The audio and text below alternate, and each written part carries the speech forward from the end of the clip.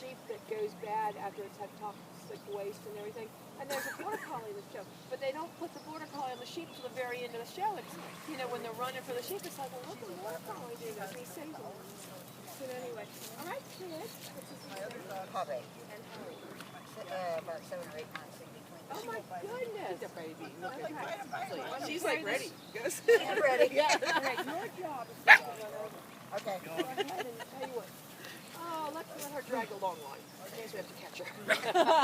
Oh, she comes pretty well when called. Well, then let's take a chance. But go ahead and let her go, and if you want to slide out the gate, you can.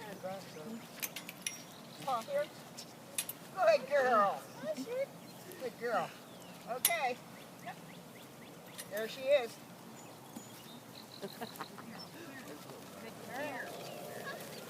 There we go. Good. And this is nice now.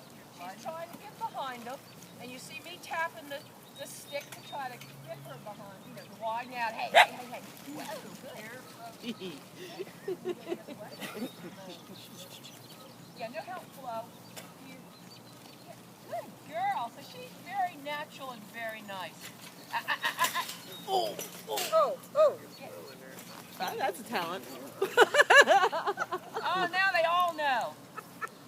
Call her to you and praise her. We're going to end her run there because she did everything I need to see. She's very natural. That's exactly what I expect of a dog when I come in here.